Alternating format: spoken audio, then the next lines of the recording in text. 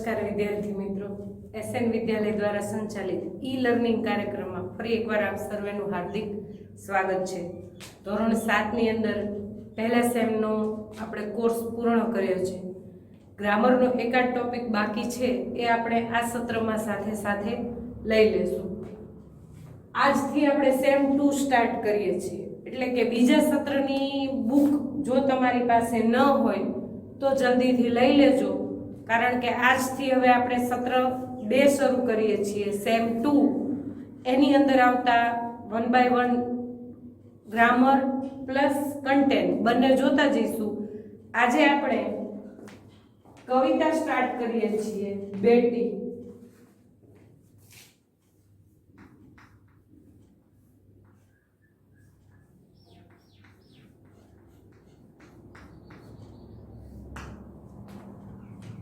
बेटी तो पढ़ना लिखना तरक्की करना एवं दुनिया में उजियारा फैलाने में नारी कभी पीछे नहीं रही। वह खुद स्वाभिमान से जीकर स्वनिर्भर बन सकती है। वह सम्मान की अधिकारिणी है। समाज एवं राष्ट्र की उन्नति में नारी महत्वपूर्ण योगदान दे सकती है। प्रस्तुत कविता में एक बालिका की आशा एवं भावनाओं की अभिव्यक्ति द्वारा उसके आत्मविश्वास को व्यक्त किया गया है। यानी कि एक छोटी बच्ची जो अपना आत्मविश्वास व्यक्त करती है कि मैं भले ही बेटी हूं पर मैं बड़ी होकर बहुत से अच्छे अच्छे काम करूंगी। विस्तार से पढ़ेंगे।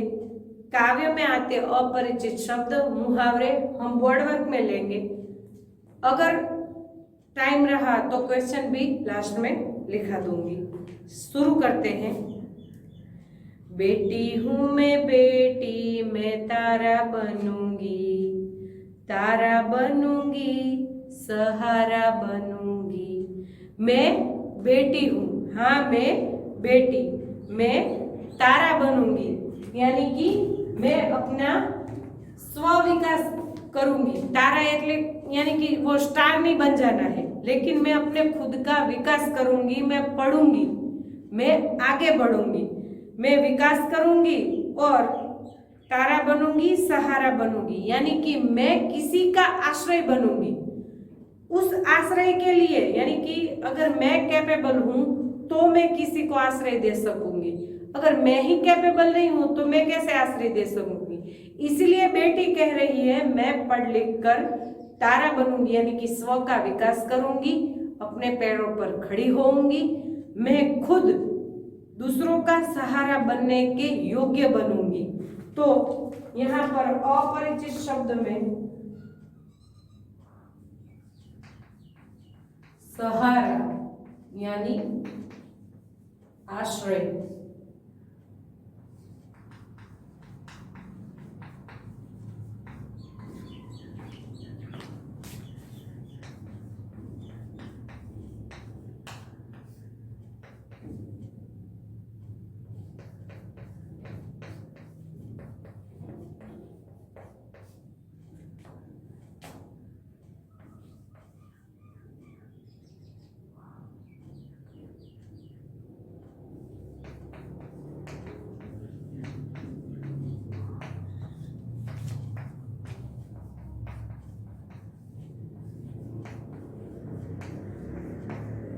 मैं खुद श्रेष्ठ बनूंगी और किसी का सहारा बनूंगी। मैं किसी को सहारा दूंगी, इसके लिए पहले खुद मैं अपने पैरों पर खड़ी होऊंगी।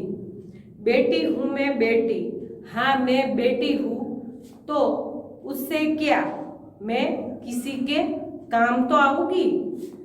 गगन पे चमके चंदा, मैं धरती पर चमकूंगी, धरती पर चमकूंगी, मैं उजियारा करूंगी।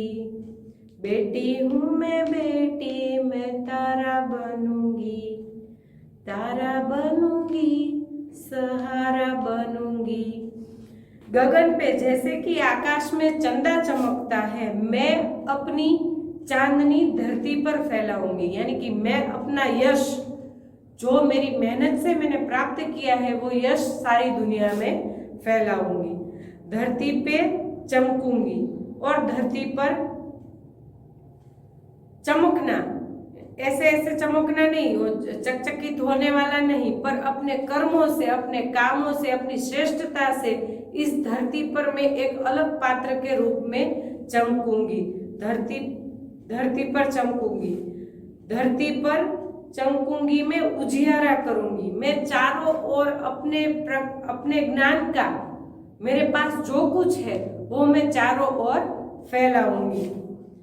तो चंदा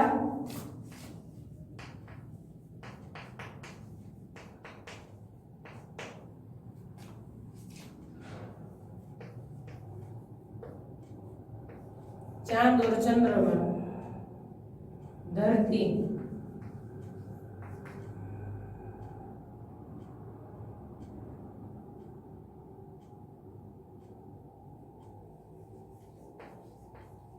भूमि,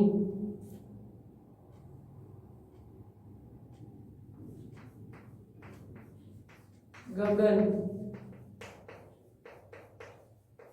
आकाश, नभ। तो बेटी कहती है कि जैसे आकाश में चंद्र चमकता है वैसे मैं धरती पर अपना यश फैलाऊंगी, धरती पर मैं चमकूंगी, और धरती पर चमक कर मैं सारी जो मेरे पास जो भी ज्ञान है उसका मैं उजियारा करूंगी, यानी कि अपने यश का फैलावा करूंगी। पढ़ूंगी लिखूंगी मैं, मेहनत करूंगी, अपने पांव चलकर दुनिया को देखूंगी, दुनिया को देखूंगी, दुनिया को समझूंगी। बेटी हूँ मैं बेटी, मैं तारा बनूंगी, तारा बनूंगी, सहारा बनूंगी। बेटी कहती है कि मैं पढ़ लिख कर खूब ज्ञान प्राप्त करूंगी, खूब आगे बढ़ूंगी, और पढ़ने के लिए, लिखने के लिए मैं मेहनत भी करूंगी।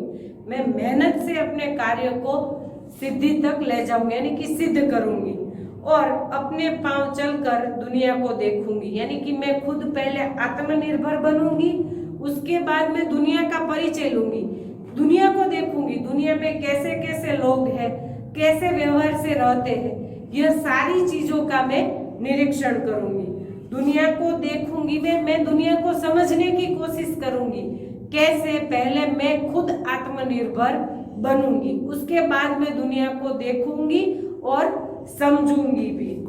अपने पांव चलना, અહીંયા આપણે એક પેરેગ્રાફમાં રહી ગયો છે ધરતી पे ચમકના।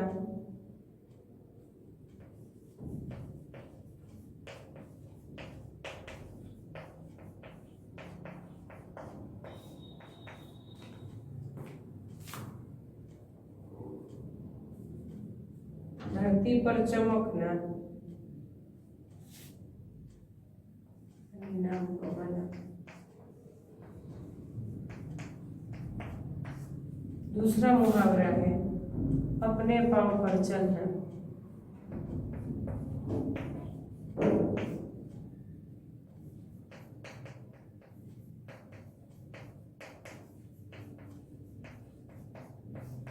अपने पांव पर चलना यानी आत्मनिर्भर बनना।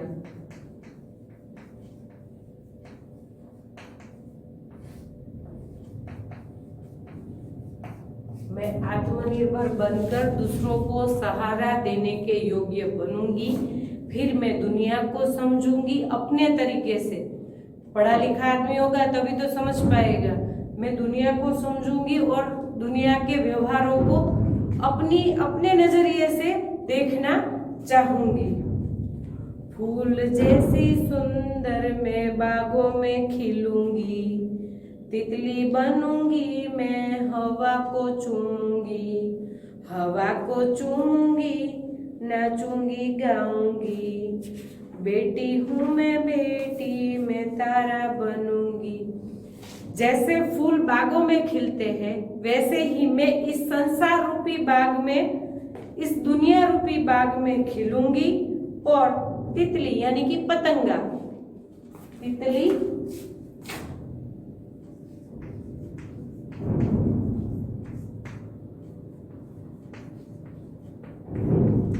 तितली यानी पतंगा, पतंगा की तरफ मैं अपना लक्ष्य पाकर, यानी कि पढ़ने का जो मेरा लक्ष्य है वो मैं हासिल करके तितली की तरह उड़ने का आनंद प्राप्त करूंगी और ऐसी उड़ूंगी, उड़ते उड़ते हवा को चूमूंगी, यानी कि हवा में उड़ना पसंद करूंगी।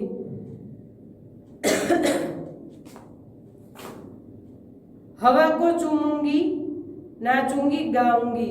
जैसे ही मैं अपना लक्ष्य हासिल करती हूँ तो मैं हवा की ऊंचाइयों यानी कि चोटियों की ऊंचाइयों पर पहुंचूंगी, वहां पर जाकर नाचूंगी, यानी कि अपने लक्ष्य हासिल करने का आनंद मनाऊंगी और सुंदर गीत भी गाऊंगी। हाँ, मैं बेटी हूँ, मैं बेटी हूँ। तो કાવ્ય નાનું એવું છે પણ સરસ મજાનું છે, ખાસ કરીને સ્ત્રીઓ માટે। તો અહીંયા આપણને કીધું છે ફૂલ જેમ બાગમાં ફૂલ ખીલે એવી જ રીતે હું પણ ખીલવા માંગુ છું। હું પણ હવે બહુ ઓછો જમાનો એવો રહ્યો છે કે જ્યાં દીકરા દીકરીમાં ભેદભાવ જોવા મળે છે। પહેલા હતું આવું બધું, હવે મદહદ અંશે ઘણું ઓછું છે।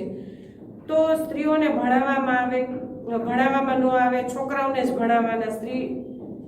સ્ત્રી બાળક હોય તો એને ભણાવવાનો ખર્ચ મિનિમમ ઓછો થાય એવો પ્રયત્ન કરવાનો। બાળક જો હશે, છોકરો બાળક હોય તો એને ભણાવવાનો। સ્ત્રી બાળકને બહાર નહીં મૂકવાની, રેડી નહીં મૂકવાની, એને ઘરનું કામ જ કરવાનું, એને ઘરનું કામ જ શીખવાડવાનું, દૂર ક્યાંય ન મોકલાય, ઘરની બહાર ન કઢાય, આવી માન્યતા હતી। હવે નથી। એ નથી એને કારણે જ આ એક આત્મવિશ્વાસુ દીકરી છે જે કહે છે કે હું દીકરી હોય તો શું થઈ ગયું, હું મારા લક્ષ્ય હાસિલ કરીશ, એ પતંગિયાની જેમ જ ઉડીશ, આ સંસારમાં મારી જે રોનક, મારી ચમક છે ફેલાવીશ, ફૂલની ઘોડે ખીલીશ અને મારી એક આઈડેન્ટિટી ઊભી કરીશ, મારી એક ઓળખ ઊભી કરીશ। શું થઈ ગયું કે હું દીકરી છું? ના, ભલે દીકરી હોય હા તોય કરી શકાય। અત્યારે આપણે એક પણ એવું ફિલ્ડ નથી કે જ્યાં દીકરીઓ કામ ન કરતી હોય। બધી જ જગ્યાએ તમે જોશો કે ઇન્દિરા ગાંધીથી લઈ અને હાલે અત્યારે મેદાન, રમત ગમતનું મેદાન હશે તો ત્યાં પણ આપણને સ્ત્રીઓ જોવા મળે છે। ચાહે નેવી લઈ લો, આર્મી લઈ લો કે કોઈ પણ ઓફિસ લઈ લો, તો તે દરેક ફિલ્ડમાં આપણને સ્ત્રી વર્ગ કામ કરતો જોવા મળે છે। એ આપણો વિકાસ છે અને એ વિકાસને પામવા માટે આપણે આત્મનિર્ભર બનવું પડે, આત્મવિશ્વાસ કેળવવો પડે। જો કોન્ફિડન્સ જ ન હોય તો પછી ઘરની બહાર નીકળી જ નથી શકવાના અને આ બધા જે આપણા લક્ષ્ય જે છે, સપના છે એ મળવાના જ નથી। ઉદાહરણ એક આપું, કદાચ તમે સાંભળેલું પણ હશે, અરુણિમા સિન્હા, જેમના એક હાદસામાં બંને પગ કપાઈ ગયા હતા। પોતે નિરાધાર, એક ગળામાં સોનાની ચેન પહેરેલી અને ક્યાંક એ હતા રમતના ફિલ્ડમાં, એટલે કે સ્પોર્ટ્સમાં હતા અને ક્યાંક રમત રમવા માટે, બાસ્કેટબોલ કેવું રમતા હતા, રમત રમવા માટે જતા હતા અને એ દરમિયાન એક નાનો એવો હાદસો થાય છે કે જે અરુણિમા સિન્હા છે એમણે સોનાની ચેન પહેરેલી, એ ચેન માટે 2-4 બદમાશો ટ્રેનની અંદર એ ચેન ખેંચી લે છે ને એમને ટ્રેનમાંથી ધક્કો મારીને નીચે પાડી દે છે। હવે એ નીચે પડી ગયા।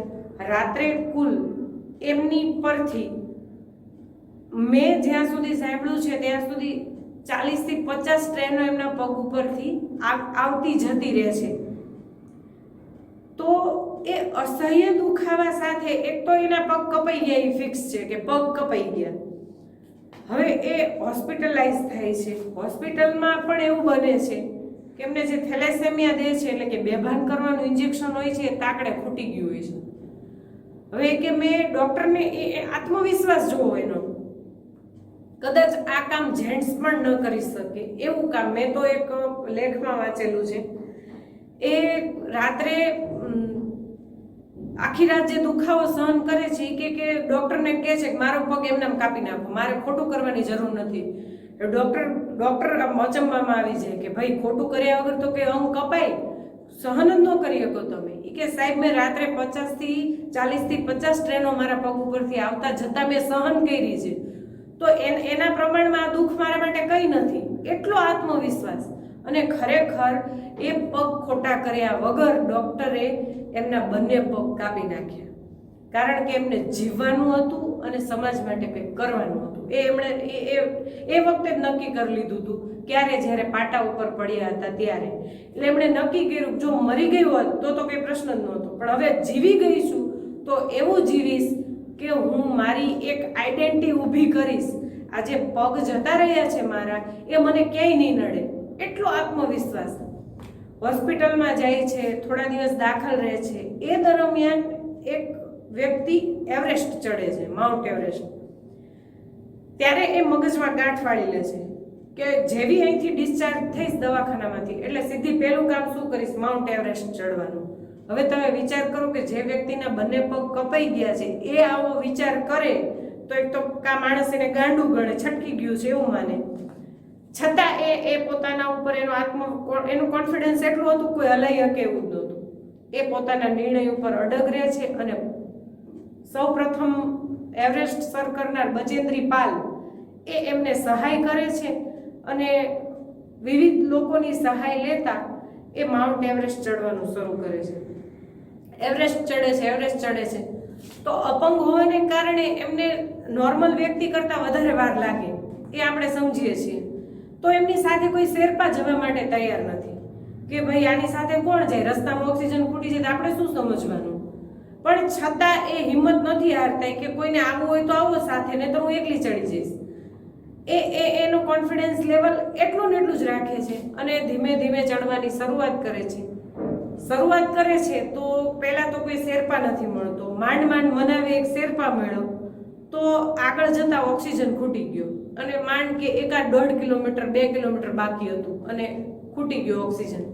એટલે પછી એમણે કીધું કે ભાઈ શેરપા તું અહીંથી તારે રિટર્ન થવું હોય તો થઈ જા, હું નહીં થઉં, કારણ કે હું કદાચ મરી જઈશ ને તો એ મને પોસાશે, પણ હું આવું કામ કરીને નહીં મરું, અધવચ્ચેનું કામ કરીને નહીં મરું. હું ભલે ઉપર પહોંચીને પછી મરી જાઉં, એ મને પોસાય છે, પણ હું આવી રીતે તો ન મરી શકું, કારણ કે હું એક વખત એ પાટા ઉપર મરી ગયેલી છું, હું અહીંયા કંઈક કરવા માટે જીવિત છું. એટલે એ શેરપાને પાછો મોકલી દે છે. ત્યાં ઉપરથી કોક વિદેશી યુવક જે ચડતો હોય છે એવરેસ્ટ, એનો એક ઓક્સિજનનો બાટલો વધેલો હોય છે, એ આને મળી જાય છે. એ ભાઈનું મૃત્યુ થાય છે એટલે એમનો ઓક્સિજનનો બાટલો મળે છે અને ફક્ત ને ફક્ત એમના કોન્ફિડન્સને લીધે એ એવરેસ્ટ ચડી જાય છે. એટલે દરેક દીકરીઓને સંદેશ છે કે ભાઈ અડચણ તો બધે આવે, પણ આપણે આપણું કોન્ફિડન્સ લેવલ જાળવી રાખવાનું છે, એમાં ક્યાંય બાંધછોડ નહીં. જરૂર પડે માતા પિતાનો સહારો લો, શિક્ષકોનો સહારો લો અને ખૂબ પ્રગતિ કરો ને આગળ વધો એવી આશા છે. આશા રાખું છું કે સ્ટોરી પણ તમને ગમી હશે. તો કાવ્ય અહીંયા આપણે પૂર્ણ કરીએ છીએ. હવે કાવ્યમાં આવતા થોડા પ્રશ્ન હું તમને ડાયરેક્ટ બોર્ડમાં જ લખાવી દઉં છું, કારણ કે ચર્ચા કરે યાદ રહે એવું નથી. થોડા વિલોમ શબ્દ છે, પહેલા એ આપણે લખી લઈએ.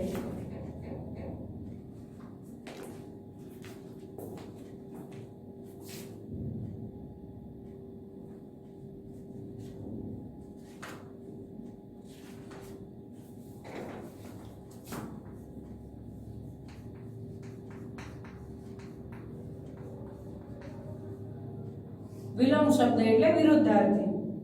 આકાશ બધાને આવડે, આ તો આકાશ તો ધરતી. ઉજિયારા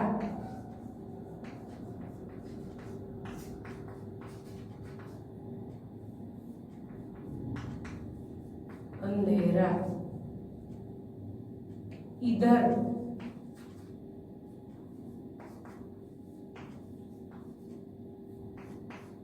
ઉધર. ઈધર એટલે નજીક ને ઉધર એટલે દૂર. ત્યાર પછીનો છે ભલાઈ. ભલાઈ એટલે સારું કામ કરવું, તો એનો ઓપોઝિટ થશે બુરાઈ. પાના. પાના એટલે મેળવવું, તો એનું ઓપોઝિટ થાય છે ખોના એટલે દૂર થવું. તો આ કાવ્યની અંદર આટલા આપણને વિલોમ શબ્દ જોવા મળેલા છે. હવે વાત કરીએ પ્રશ્નની, તો આપણો પહેલો પ્રશ્ન છે, आत्मनिर्भर बनने के लिए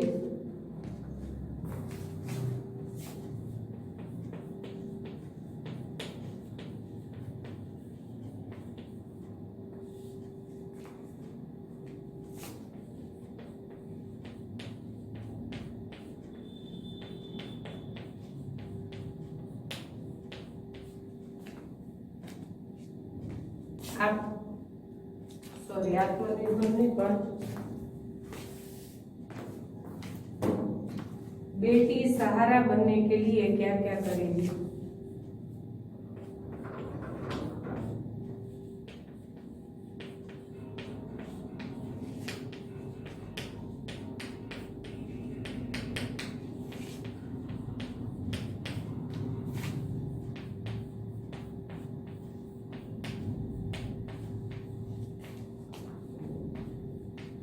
જે બોર્ડ વર્ક કરાવીએ છીએ, જે પ્રશ્નના જવાબ લખાઈએ છીએ, પ્લીઝ તમારી ફેરબુકમાં લખતા રહો, જેથી કરી પરીક્ષા આવે તો તમારે વાંચવામાં એ ઉપયોગી થાય।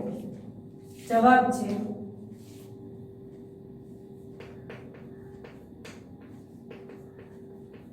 बेटी सहारा बनने के लिए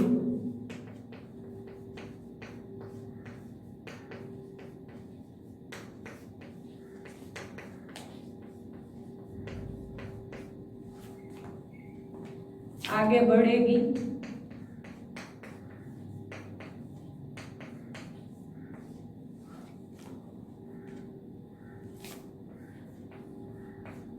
वो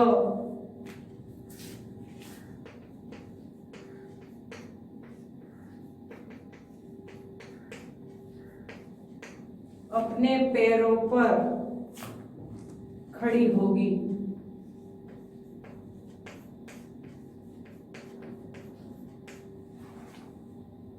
इस तरह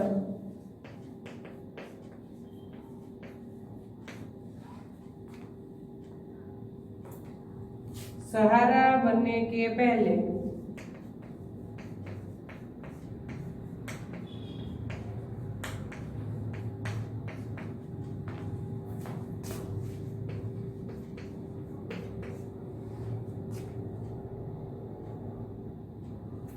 बेटी अपने को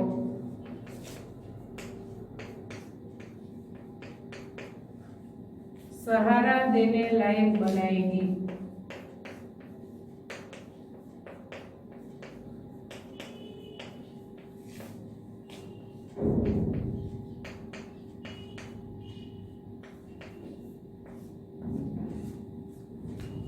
प्रश्न अर्थ समझो कि बेटी सहारा बनने के लिए क्या करेगी। आज मारे कोईनो सहारो बनवो होय, मानो के मारे गरीब लोकोने भोजन करावવું છે, मारे गरीब लोकोनो सहारो बनવું છે, तो मारे 5 पैसानी आवक तो होवी જોઈએ ને, તો હું કોકને ખવડાવી શકું।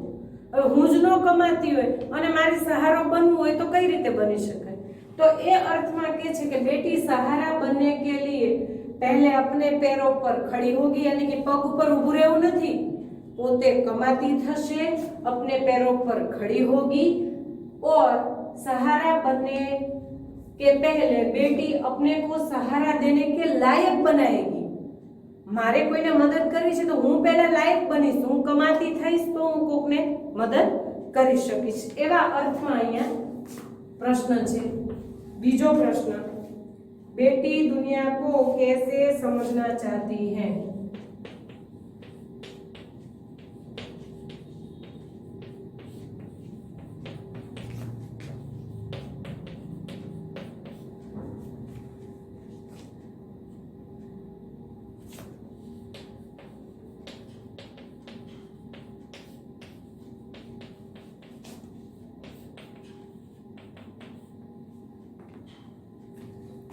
बेटी मेहनत कर पढ़ाई करेगी। जवाब छे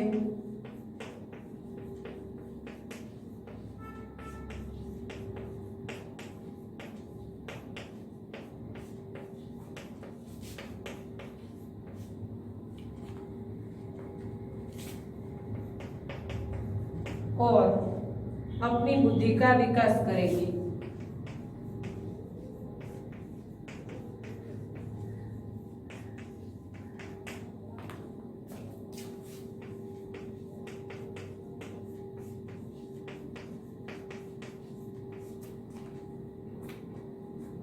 वह लोगों के कार्यों और व्यवहारों को देखेगी।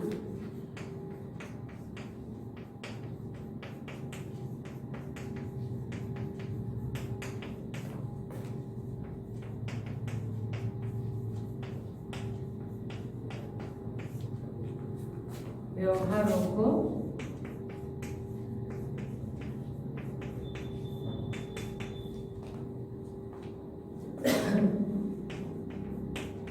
इस तरह प्रश्न एम है।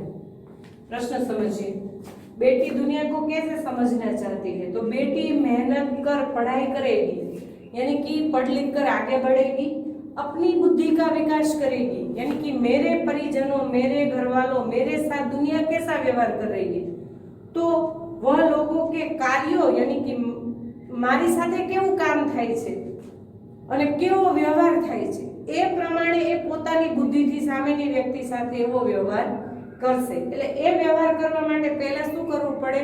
સ્વનો વિકાસ, બુદ્ધિનો વિકાસ કરવો પડે। તો ખબર પડવી જોઈએ કે આ વ્યક્તિ મને ઠગી ન જાય। ઘણા બધા હોય છે એવા કે ભાઈ ઠગી જાય, તો એ ઠગાવાનું નથી, જોવાનું છે કે આપણા પરિજન આપણી સાથે સામેનો વ્યક્તિ કેવો વ્યવહાર કરે, એવો જ વ્યવહાર આપણે તેની સાથે કરવાનો છે। એટલે કે बेटी मेहनत कर अपनी बुद्धि का विकास करेगी, लोगों के कार्यों और व्यवहारों को देखेगी और दुनिया को समझने की कोशिश करेगी। आ थया बे प्रश्नना जवाब। स्क्रीनशॉट पाड़ी अने लखी लो। આગળના પ્રશ્ન જોઈએ।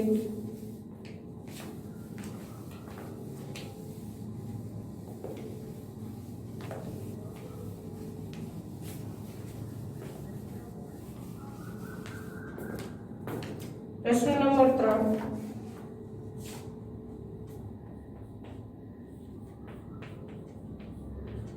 बेटी तितली बनकर क्या करना चाहती है?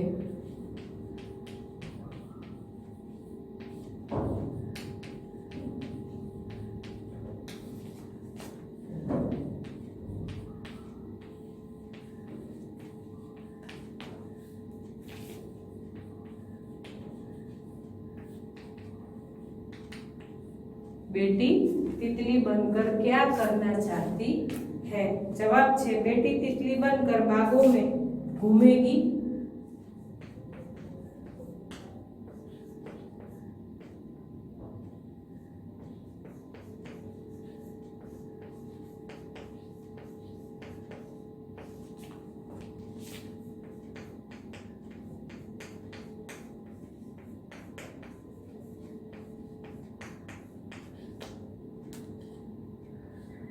बागों में घूमेगी, वह मस्त होकर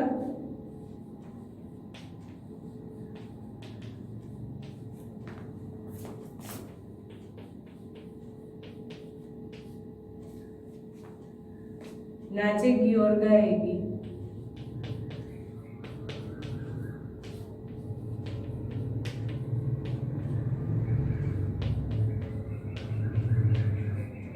नाचेगी और गाएगी। इस तरह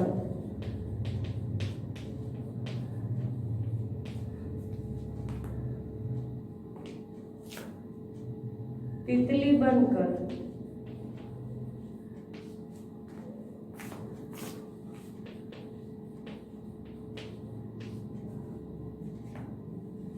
बेटी जीवन की स्वतंत्रता का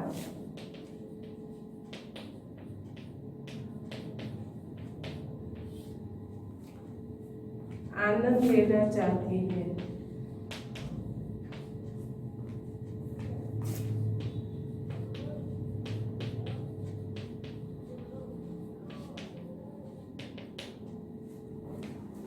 बेटी तितली बनकर क्या करना चाहती है? तो वो तितली बनकर घूमना चाहती है, फिरना चाहती है, नाचना चाहती है, गाना चाहती है।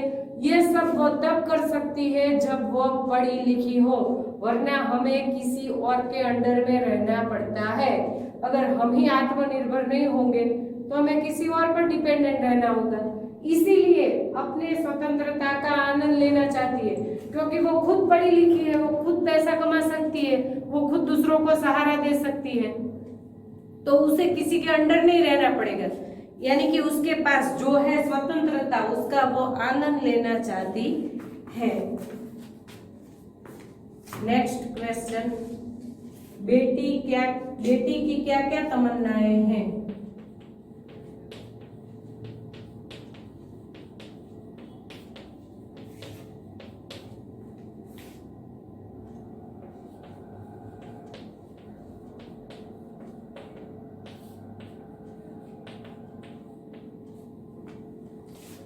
बेटी तारा बनना चाहती, એની શું શું ઈચ્છા છે એમ કહે છે।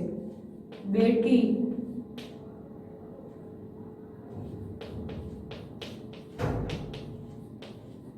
तारा बनना चाहती है।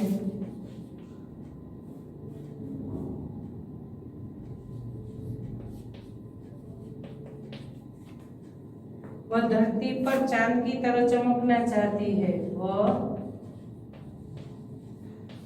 धरती पर चांद की तरह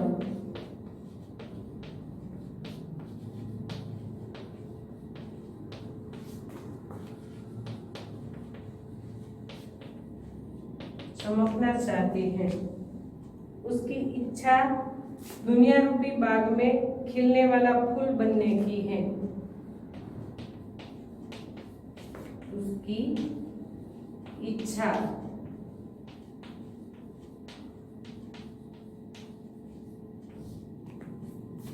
दुनिया रूपी बाग में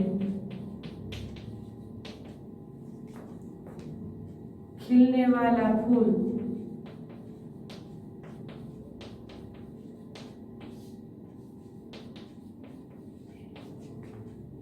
बनने की है।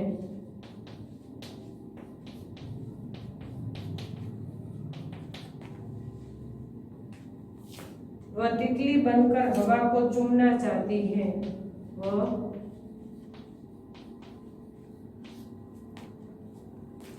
तितली बनकर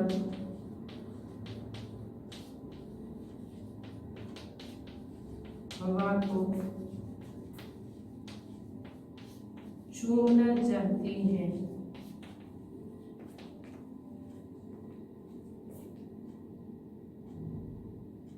इस तरह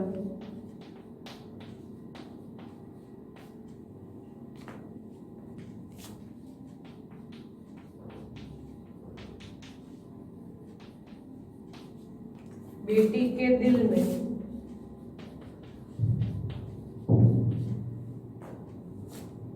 कई तरह की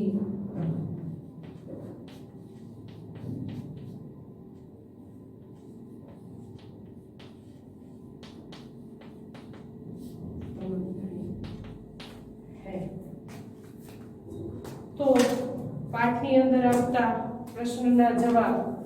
पहला प्रश्न समझी ले, बेटी की क्या क्या तमन्नाएं हैं? बेटी तारा बनना चाहती है, धरती पर चांद की तरह चमकना चाहती है, उसकी इच्छा दुनिया रूपी बाग में खिलने वाले फूल बनने की है। यानी कि उसे एक अलग व्यक्तित्व चाहिए, उसका पर्सनल, जो उसे लोग पहचाने। वह धरती पर तितली की तरह हवा को चूमना चाहती है, इतना ऊंचा उड़ना चाहती है कि वह अपने लक्ष्य को हासिल कर सके। इस तरह बेटी के दिल में कई तरह की तमन्नाएं हैं। तो काव्य ने આપણે અહીંયા પૂર્ણ જાહેર કરીએ છીએ। કાવ્યમાં આવતા અપરિચિત શબ્દ, વિરુદ્ધાર્થી શબ્દ, મુહાવરે બોર્ડવર્કની અંદર લીધા છે, પ્લસ 4 પ્રશ્નના જવાબ તમારે ફેરબુકમાં લખવાના રહેશે। નવા પીરિયડમાં નવા ટોપિક સાથે મળીશું, ત્યાં સુધી રજા આપો। જય ભારત।